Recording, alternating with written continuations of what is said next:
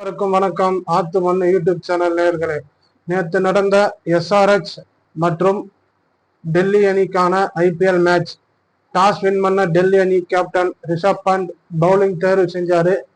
அதை தொடர்ந்து களம் இறங்கின எஸ்ஆர்எச் பேட்ஸ்மேன் 6 ஓவர்ல 125 ரன் ஃபர்ஸ்ட் பவர் பிளே அடிச்சாங்க. 20 ஓவர் முடிவடையில எஸ்ஆர்எச் அணி 267 ரன் அடிச்சாங்க. 268 ரன் அடிச்சா வெற்றி அப்படின்னு டெல்லி அணி பேட்ஸ்மேன் களம் இறங்கினாங்க. 20 ஓவர் முடிவு அதற்குள்ளாகவே டெல்லி அணி அனைத்து விக்கெட்டுகளையும் இழந்து 199 ரன்னுக்கு ஆல் அவுட் ஆயிட்டாங்க. T Natarajan, Salem express Natarajan 4 wicket எடுத்தாரு. ஃபர்ஸ்ட் விளையாடின எஸ்ஆர்எச் அணியில டிராவல் ஷெட் அவர் 89 ரன் அடிச்சாரு. மேன் ஆஃப் தி மேட்ச் அவர் தான் வாங்கினாரு.